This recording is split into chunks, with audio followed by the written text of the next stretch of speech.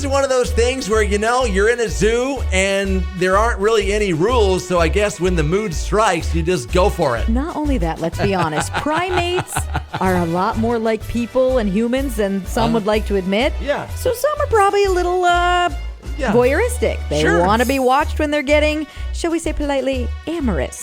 Sure. Yeah, so this happened. People were taking pictures of the gorillas at the zoo in the Bronx when two gorillas hugged. Oh, how cute.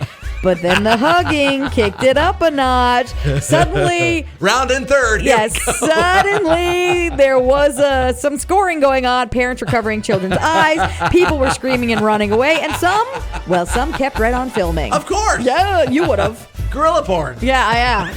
Sadly, there's probably a fetish out there for that somewhere. Probably. Oh, glad. Google it. No, I'm not Googling that. I do not want that in my algorithms on my devices. No. And then you got some kid stealing clothes from a laundromat. Yeah, of all the places in the world. But on a good note, I suppose they were clean at this point.